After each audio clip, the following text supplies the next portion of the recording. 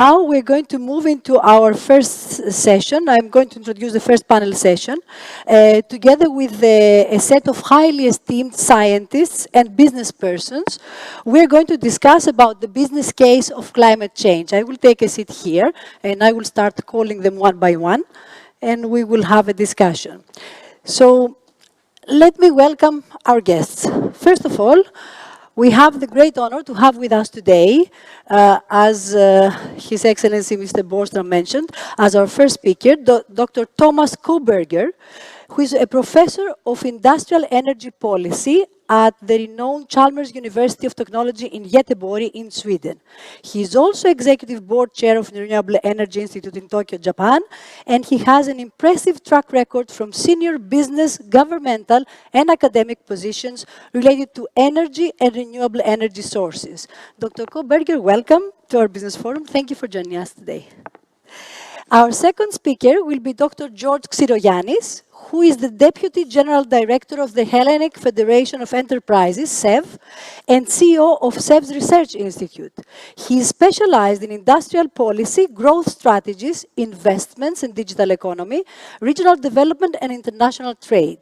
A board member in various companies, he has been into management consulting, modern entrepreneurship, and artificial intelligence. Welcome, Dr. Xirogiannis.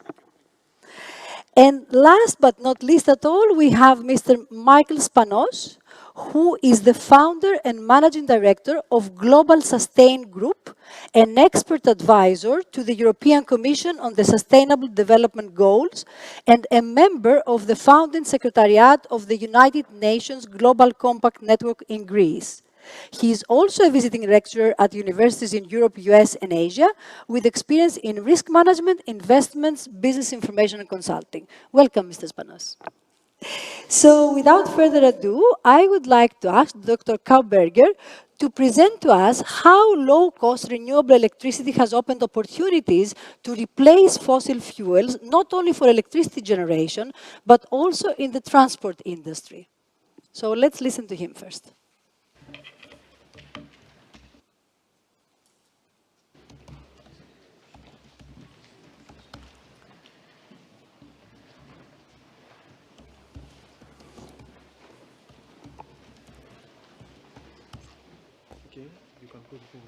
Yep.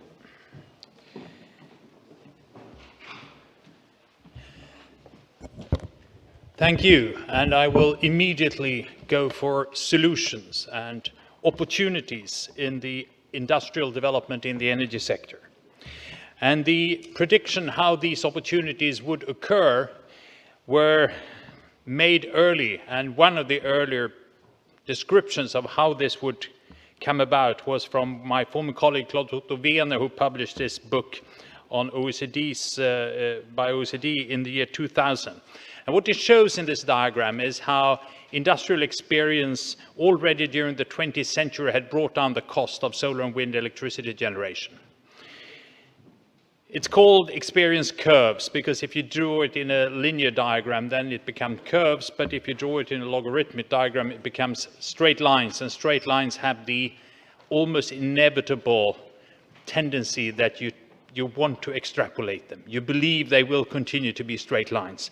And indeed, in this case, it has proven to be justified.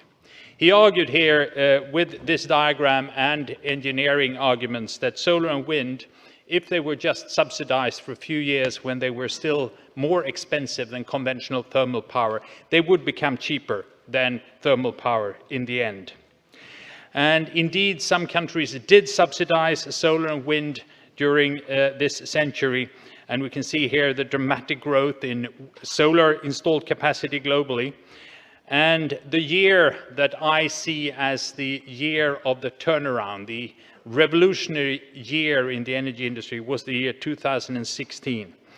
Here we see the first record low prices offered for solar electricity, below 3 cents per kilowatt hour in Dubai, and just a couple of months later below 2.5 cents, and then in Mexico, now we're in 2017, below 2 cents, and then below 1.5 cents per kilowatt hour, and the most recent from 2021 in Saudi Arabia. Solar electricity was offered at about 1 cent, US or Euro cent per kilowatt hour. And that is very low. I will illustrate later how low it is. And we see that this is advantageous for Southern Europe, where solar resources are readily available, and we see progress going on year by year now, and April this year was, as you see here, a year when solar and wind was producing a lot of electricity in Southern Europe, helping to reduce the impact of the gas price crisis in Europe. Global wind power capacity, likewise, has increased significantly in recent years because some countries did subsidize it initially. But now, just as solar, these are installed without subsidies, and again, the year of the revolution was 2016. Sorry if you missed it, but now you know where to look. 2016. In Morocco, a procurement was given the result where wind power onshore was offered between 2.5 and 3 cents per kilowatt hour, or $25 to $30 per megawatt hour. And in 2017, Enel won a bidding process in Mexico at a price of below $18 per megawatt hour. Again, extremely low compared to thermal power from new plants anywhere in the world. Offshore wind, which has always been described as something where you have an enormous potential but very high costs, also had a turning point in 2016. In the Netherlands, a competitive bidding process was won by Danish Dong Energy, now Ørsted, who offered to provide electricity from offshore wind at about 70 euros per megawatt hour. Still expensive. This was in the middle of the summer. Not much happened in August. But in September, there was a procurement of the Danish west coast, won by Vattenfall with a bid of 60 euros per megawatt hour, 10 euros less 2 months later. Nothing happened in October, but in November, Vattenfall won the tender for Danish Kriegers Flak on the east coast of Denmark with a price below 50 euros per megawatt hour. If you draw this in a diagram, you also get a linear relationship. Decrease with 5 euros per month and megawatt hour. In this case, if you did extrapolate that, offshore wind power would have been for free by the summer of 2017. Didn't work that way. Linear extrapolation, not correct in this case. But what did happen was that in the spring of 2017, we saw the first bidding processes that resulted in companies offering to build offshore wind power and supply it to the spot market without any subsidies. And in Northern Europe, that meant something in the order of 30-35 euros per megawatt hour. Dong and Energie Baden-Württemberg was the first who won competitions like this in Germany. And a little later, Vattenfall won a Dutch bidding process, also not providing any subsidies, just allowing Vattenfall to use a certain area offshore and being connected to the grid. This has already shown that these sources of electricity are now available without subsidies to compete with thermal power plants. But what is even more important is the relationship between these costs of renewable electricity and the price of fossil fuels themselves. This relationship is somewhat hidden by the fact that the world market price of oil is given in dollars per barrel, not in dollars per megawatt hour. You don't have to be a professor to calculate the relationship. Maybe it helps, and this diagram certainly helps, because here you can see the relationship. And if we look at today's price of oil of about $109 per barrel, it's the equivalent of almost $70 per megawatt hour. And remember, we just heard that solar and wind was now available at prices as low as $10 per megawatt hour, or maybe up to 30 if you calculate the least favorable plants in Europe. So renewable electricity is available at total costs lower than the cost of the energy content of oil. Even worse is to calculate or transform the market price for methane or natural gas, often given in dollars per million British thermal units. Again, you don't have to be a professor to do that calculation, but it may help. A few years ago, the price in Europe was roughly $7 per million British thermal units. And now, during the gas crisis, already that was such that the best solar and wind plants were below it. But since then, with the gas price crisis we now have, the gas price is off scale compared to the diagram I made a couple of years ago. And renewable electricity is certainly cheaper per unit energy than the price of natural gas. Coal, which is the cheapest fossil fuel, traditionally was also even cheaper than the cheapest solar and wind power. You needed a carbon price to justify replacing coal directly per unit energy with renewable electricity, even though renewable electricity could outcompete coal-fired electricity generation. It was difficult to substitute coal in other industries without considering a carbon price above the coal price itself. But again, the situation now is such that renewable electricity is significantly cheaper per unit energy than coal also. So even without the current crisis, renewable electricity could compete with these fossil fuels. Now, with the fuel price crisis in Europe, this is a wonderful economic opportunity. So what we have seen in the years since the revolution in 2016 is that renewable electricity has started to replace oil in some sectors, especially in the transport sector, where some countries are now way ahead of most of us. Norway, for example, approximately 85% of all new sold cars are plug-in cars. Shenzhen in China has 100% electric buses. It's about 20,000 buses now in Shenzhen that are battery electric.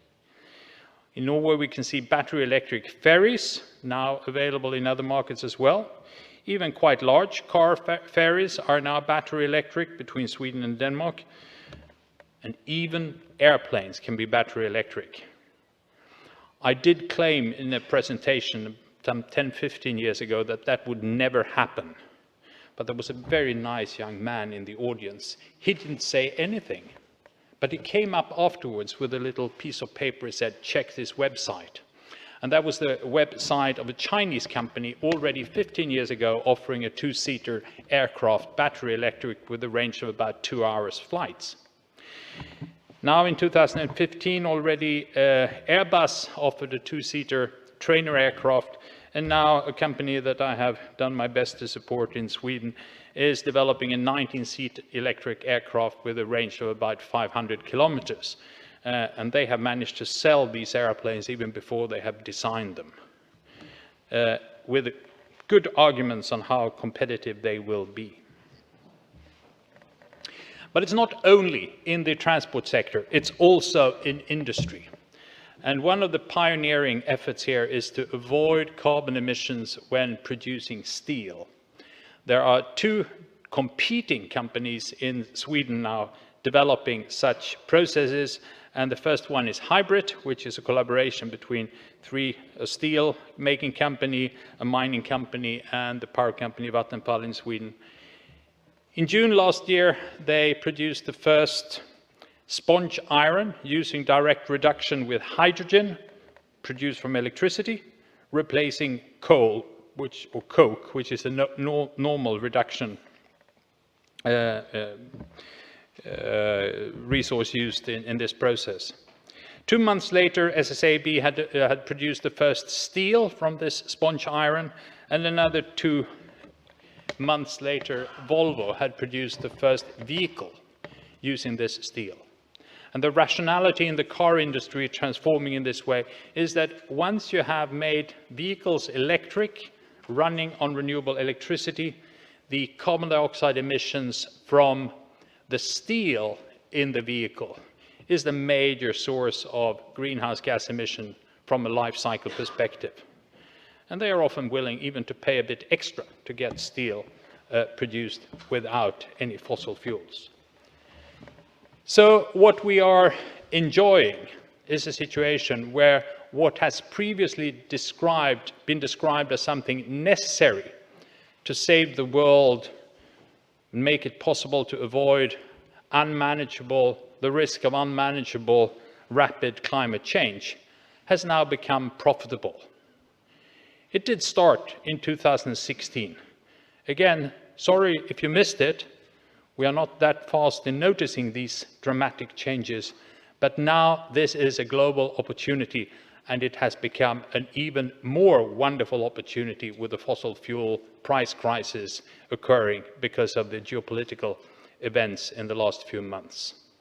So this is not only an area of challenges, it's an area with wonderful opportunities for those who see what is happening and have the engineering skills to utilize the opportunities. Thank you. Thank you, Dr. Kåberger. That was really amazing information that you shared with us. And I think not many of us had this impression of renewable energy sources. So thank you for exchanging this information. Now let's move on, because we're a little bit short on time, to Dr. Xirogiannis, who will explain to us the potential competitiveness gap risk that can result for EU businesses when they implement Green Deal-related actions versus non-EU businesses who do not have such obligations. Let's see what tools are there to help eliminate any potential competitiveness gap.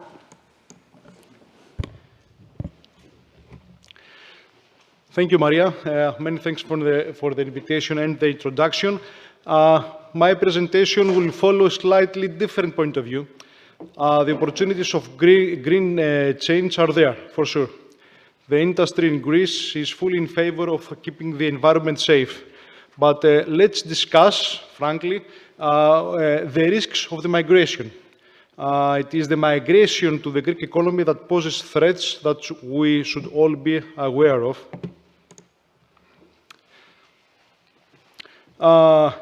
First of all,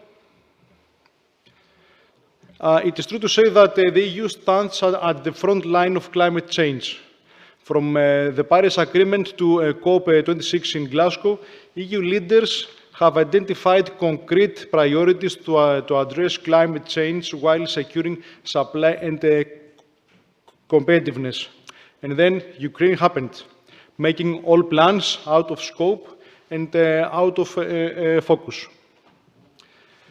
The Fit for 55, or the F55 package, is the EU plan on how to tackle climate change. The Fit for 55 package revises many policy instruments to achieve Green Deal. The objective, however, is very clear: reduce net greenhouse emissions by more than 55 points by 2030 compared to 1990. This objective is crucial to the EU so that the EU can become the first area with net zero emissions by 2050. To do that, Fit for 55 imposes various instruments. Two of those are of have a significant impact to Greece and other EU countries. The CBAM, the new CBAM mechanism, and the new, the stronger emissions trading system. Let me focus on those two instruments, CBAM and ETS, because among the other strings of Fit for 55, they play a key role to the future of the Greek economy, and let me explain why. First of all, ETS and CBAM are closely linked together. This is how the European Union sees those two instruments. We asked EOV to do the analysis of which carbon leakage sectors, how those sectors affect the Greek economy and the Greek exports. The analysis shows that the carbon leakage sectors participate with more than 40% in Greek exports as we speak. This number may vary over time, but on average, more than 40% of Greek exports are the so-called carbon leakage sectors. When we consider exports to non-EU countries, this share increases to 55 points. Why does this number matter? It matters because Greece is a country at the EU frontier, surrounded by many non-EU countries that typically fail to comply with the strict EU standards. Consider, for example, some foreign investor wanting to set up a cement factory or an iron and steel factory to serve non-EU countries. Which location would this investor choose? Greece, or a European country with strict climate rules, or a non-EU country with little, if any at all, climate rules? Both graphs indicate that from a financial point of view, Greece may not be the first choice to operate carbon leakage sectors. And to add on that, we asked IOVE to estimate the impact of carbon leakage policies to the local industry, investments, and jobs. First of all, let's consider ETS pricing evolution. It is easy to understand that the EU is a vast area, and certain policies affect various EU regions differently. This is apparently true for Sweden and Greece, regardless of our intention to support fully Green Deal. Let me be very clear on that. We fully support the Green Deal, but consider, for example, ETS prices on carbon permits from several regions. You can see that EU prices have gone up over the last few years, almost 3 times versus Korea and 9 times versus China.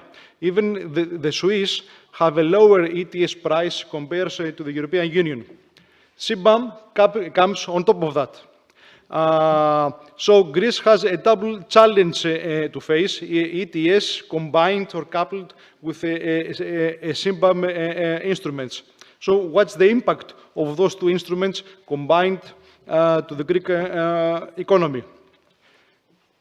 We run extensive scenarios with several assumptions, and all scenarios run by IOVE show that Greece may suffer with ETS coupled with CBAM policies as they stand today.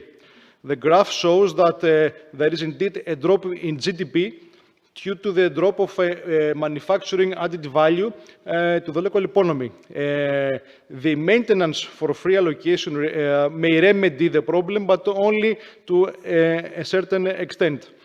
And the negative impact grows stronger if competitiveness of non-EU exports is not dealt with. Given the geoposition of Greece, failure to maintain exports to non-EU countries due to the reduced cost of production outside the EU will generate major problems for Greek exports.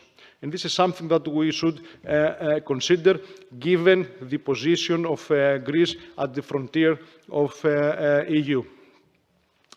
To put it in one phrase, the loss of GDP and jobs in Greece due to the Fit for 55 phase 1 alone may be equivalent or higher than the lignite phasing out in Western Macedonia and Megalopolis.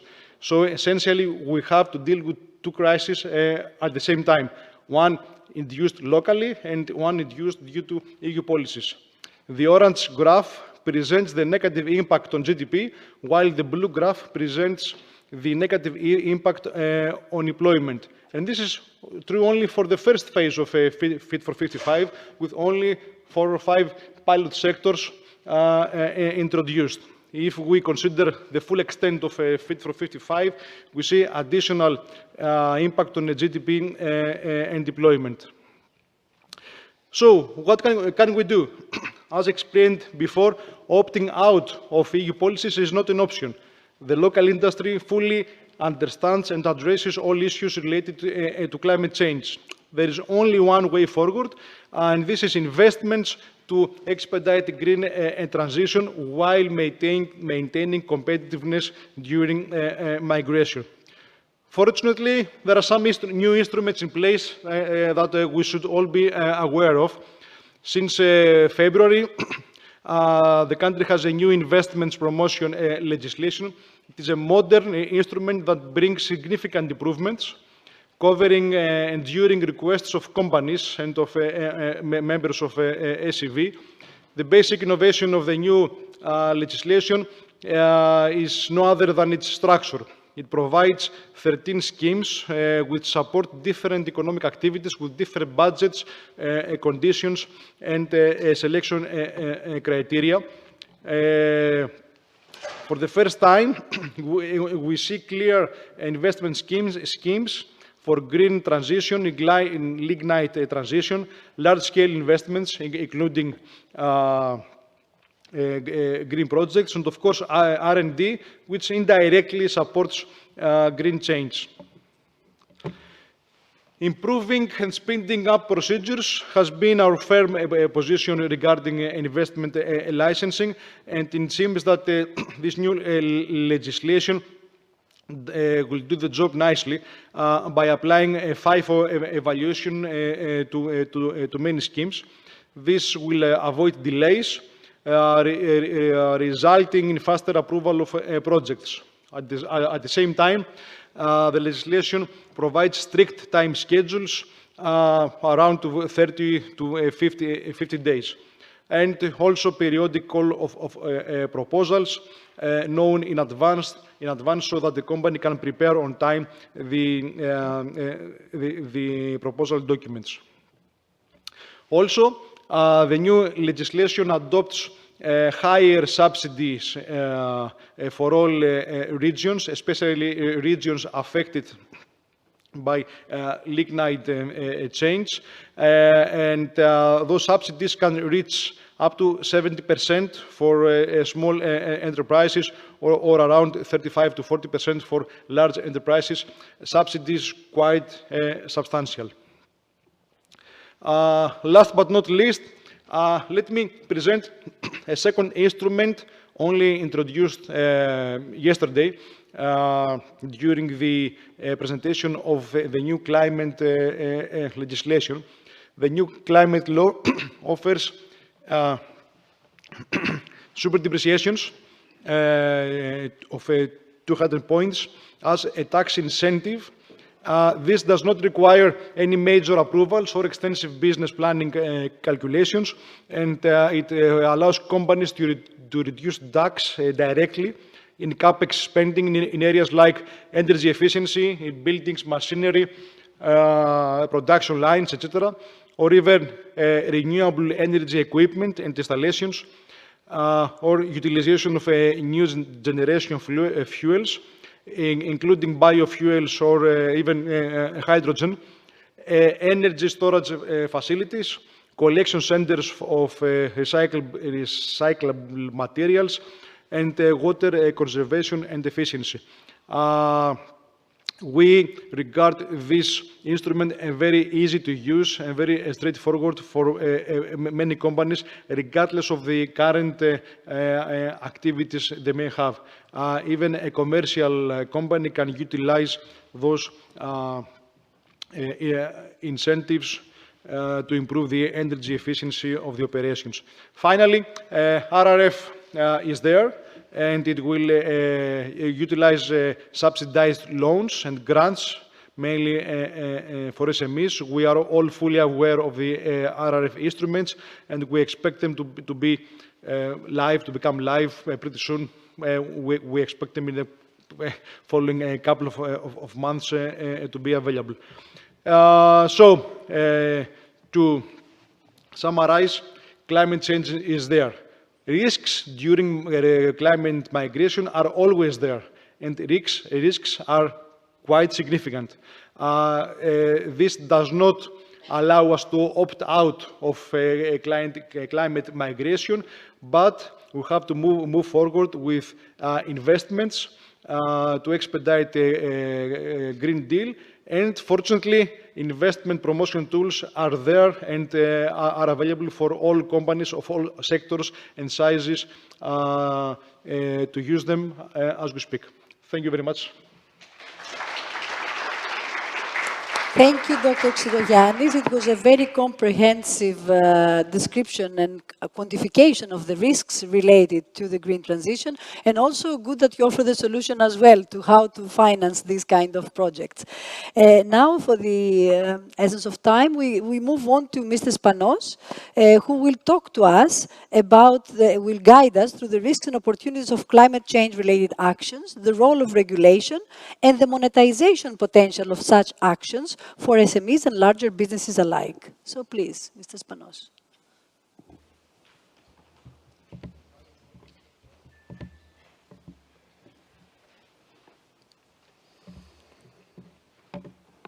Does it work? Do we need some help?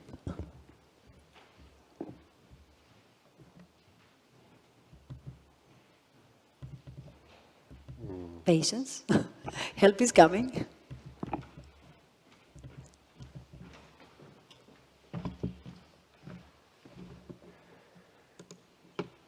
Technology does not collaborate all the times.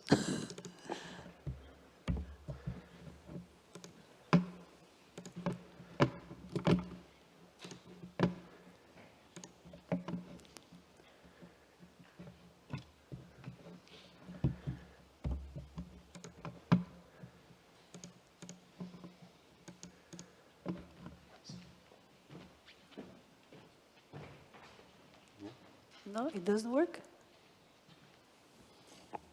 Still? Sure. This is not climate risk, this is IT risk. Ah, there it is. It came.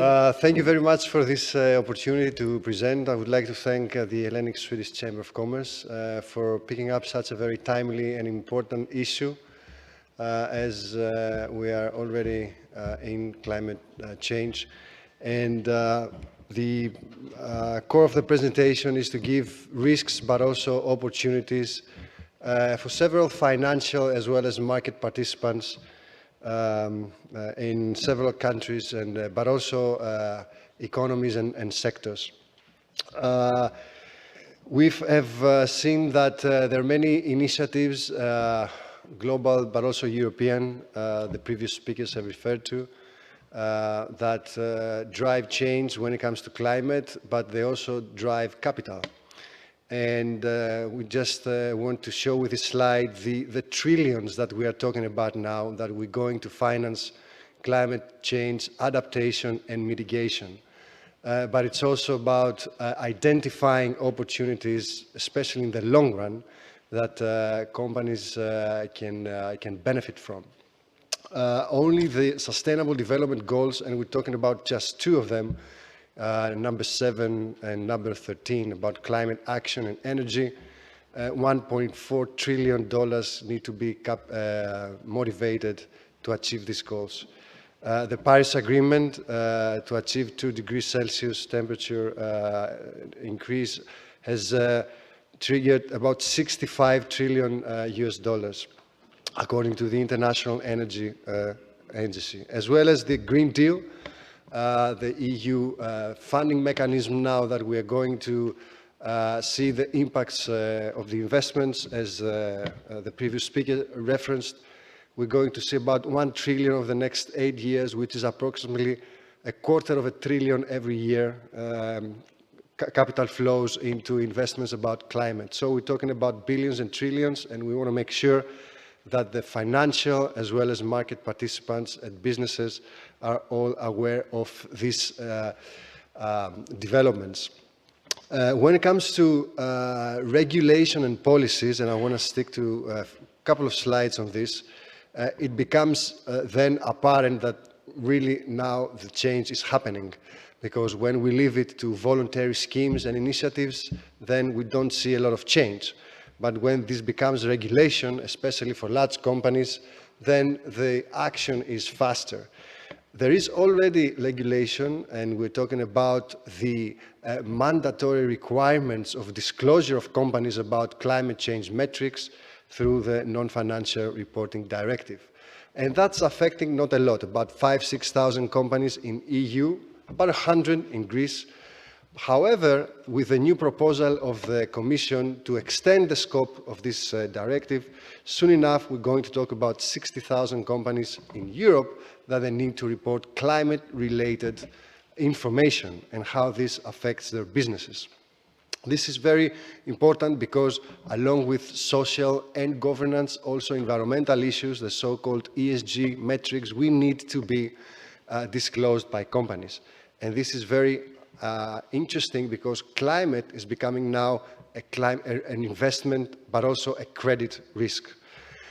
This is now also depicted in financial market regulations, and we have seen now companies and investors, in order to benchmark themselves for the investment returns and performance, they are adopting climate transition benchmarks, and these are all happening based on regulations. Investors are also requested to disclose on their websites how they address and integrate climate risk into their investment decision-making process. Financial institutions like banks, insurance companies, leasing companies are now requested to address ESG metrics, especially climate, into the lending activities and portfolios. It's also important to know that a new regulation was in place last year, the so-called taxonomy regulation, which actually defines what is green. And guess it, yes, right, the first two definitions were about climate change adaptation and climate change mitigation. So we have delegated acts of the European Commission telling us what is regulatory definition for climate change, and especially green. Is a train green? Yes, if it consumes less than 50 grams of CO2 per mile traveled.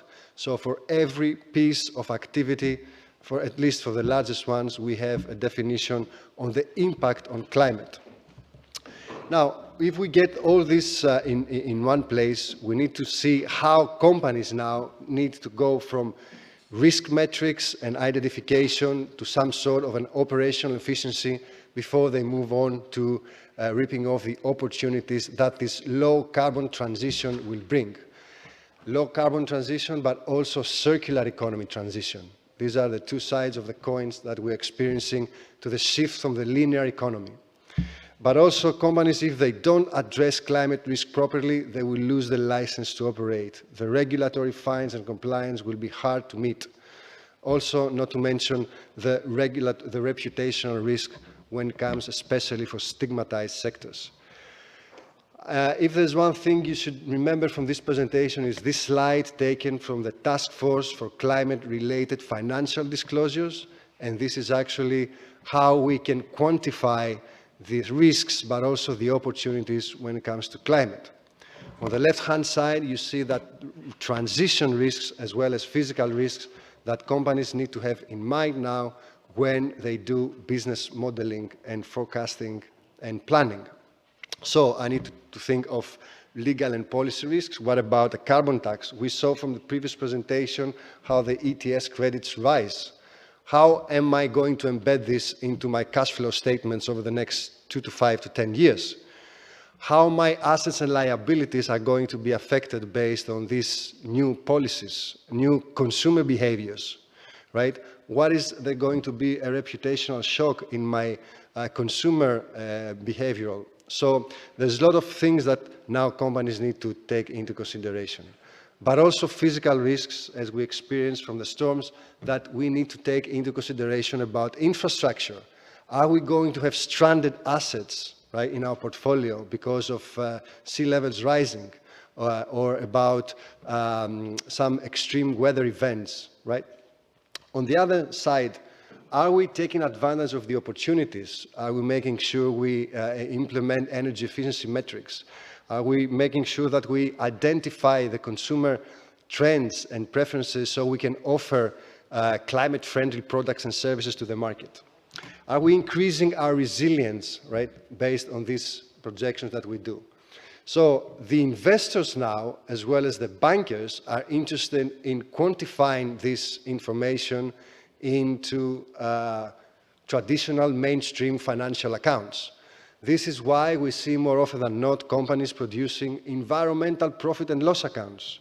They are endorsing shadow carbon pricing, making sure that the liabilities are there on the balance sheet. And they are produced in reports that are also submitted to regulatory authorities as well.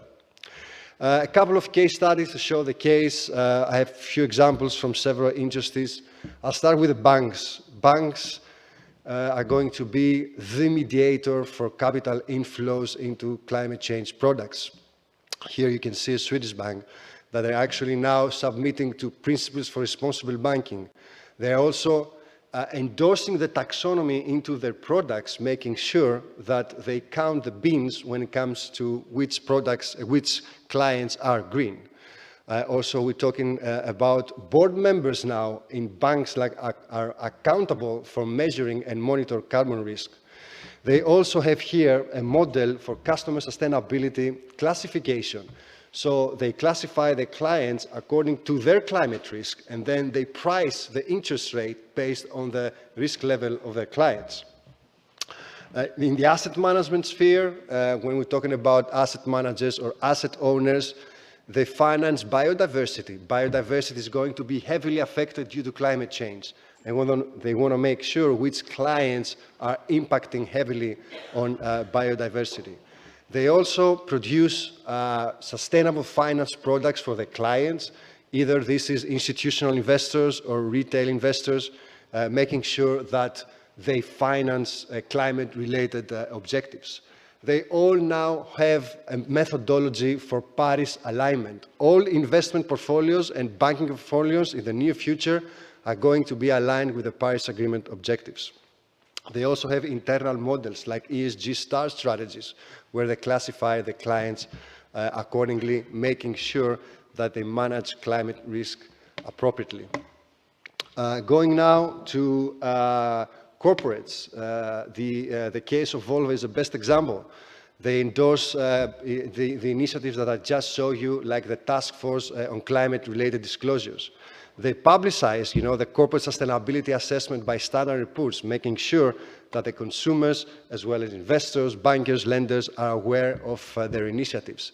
They measure the footprint on the carbon footprint utilizing the carbon disclosure projects, and they communicate that. They also endorse circular economy models, making sure that materials are again used into the production line.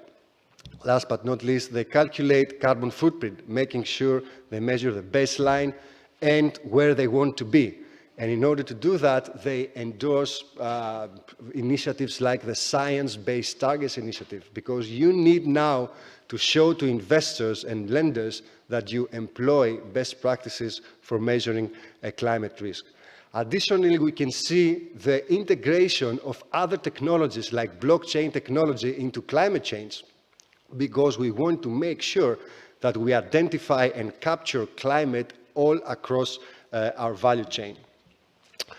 Another example is H&M, to another industry. Again, they have committed to international initiatives when it comes to carbon, like the Green Consumption Pledge Initiative, when they actually disclose how performance on circular economy and climate change is done.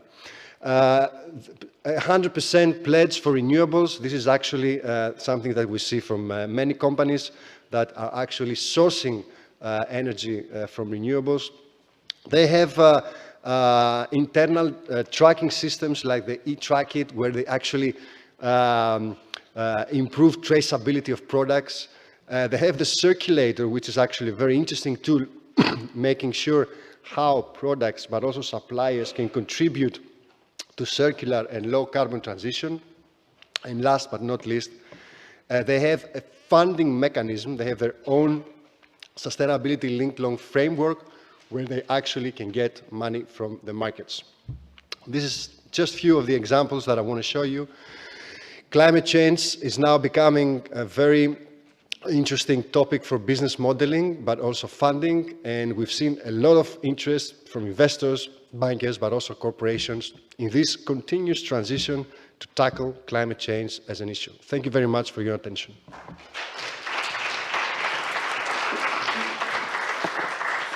Thank you, Mr. Spanos, for a very comprehensive presentation of risks and opportunities, and especially the case studies. I think the best practices, especially coming from Sweden, given that we are the headings to this Chamber of Commerce, have a specific, very big value for us. Thank you for sharing that. Now, we're a bit late with the time schedule, but still, I will take advantage because we have very esteemed speakers here. We will take one question for each, and then we will break for the coffee. So I will start with Mr. Kåberger. From your experience, what do you think that can be done to accelerate the adoption of such renewable energy solutions at a wide scale for a country like Greece? Are there any learnings we can apply from Sweden and other countries to take a shortcut? I think Dr. Xirogiannis pointed at one of the most important things, and that is to have an institutional setting and permission processes that are swift and efficient.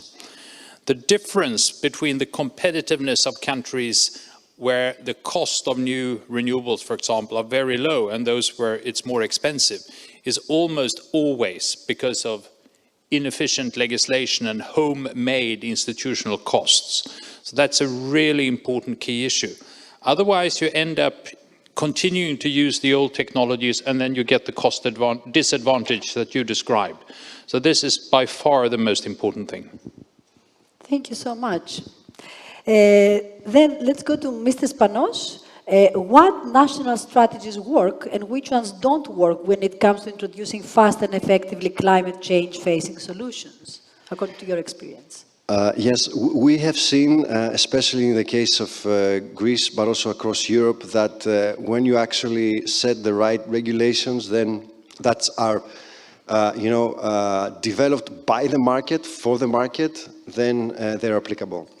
And this has been a case for the taxonomy, for example, or the non-financial reporting directives. Now also with the new climate law in Greece, there are practices in there that actually have been in experience for many years from companies. So, especially for larger ones. But now the challenge is to mainstream these sustainability practices to the small and medium-sized enterprises, which are actually the backbone of the not only Greek economy, but also European economy.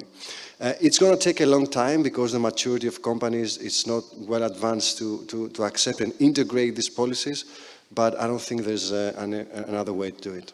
So there is a lot of experience out there already, yes. Good experience. The thing is how to reuse that on a wide scale and also how to penetrate the smaller and yes, medium enterprises. And we have seen that actually executives from companies and banks and investors are actually participating in task force with the ministries and the working groups there trying to transfer this knowledge and know-how into regulation. Excellent. So hopefully we are helping a bit also with what we're doing today. Thank you. And Dr. Xirogiannis, from your experience, what is the time required to get significant tangible results from renewable energy and other climate change facing solutions?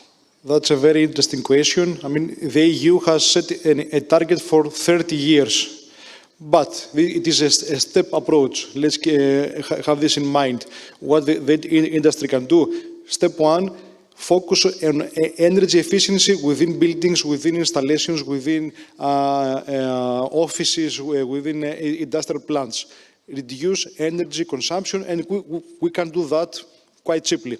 Step two, the energy mix can become greener and greener as we speak. And step three, fully migrate to biofuels, hydrogen, green energy, and so forth. It's not a one-off approach, it is a step approach, and these three simple steps can help companies migrate into that.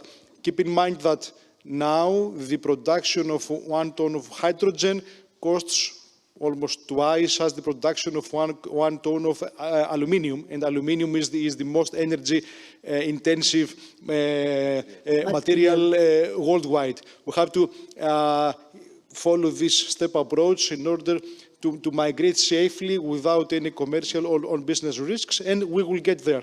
I'm sure about that. Great. We are ending then with an optimistic view for the future. Thank you very much. We will now break for coffee. Coffee break is served here from this door. And, and please be back at 5 to